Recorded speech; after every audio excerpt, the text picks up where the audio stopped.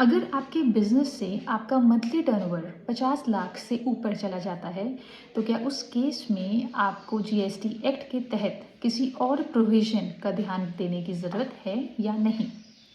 इसका आंसर है rule 86 B of CGST rules 2017।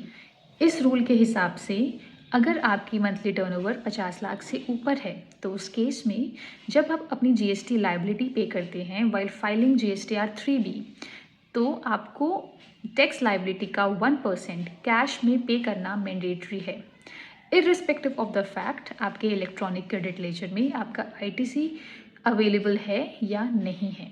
आप उसको पूरा यूटिलाइज नहीं कर सकते, आपको 1% of your GST liability cash में ही पे करना है।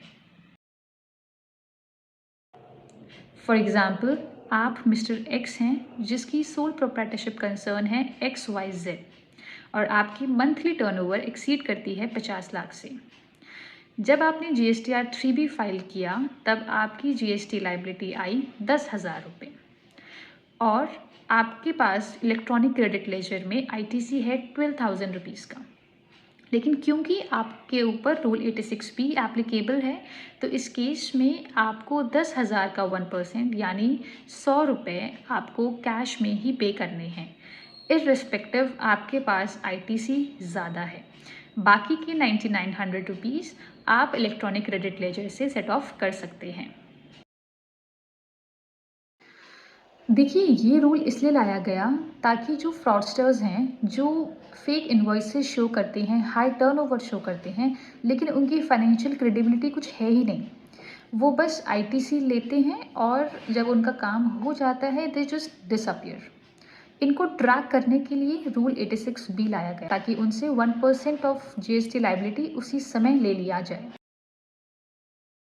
और इसीलिए जो लोग स्ट्रॉन्ग फाइनेंशियल स्टैंडिंग के हैं, उन्हें इस रूल से दूर रखा गया। They are the part of exceptions.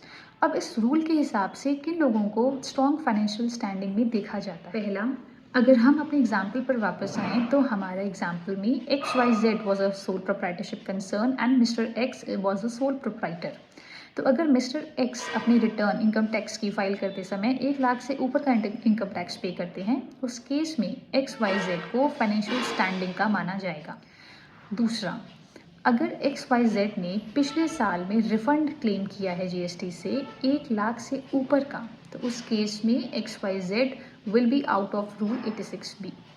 Third, अगर कोई गवर्नमेंट डिपार्टमेंट है, लोकल अथॉरिटी है, तो उस केस में इन लोगों को रूल 86B एप्लीकेबल नहीं होगा।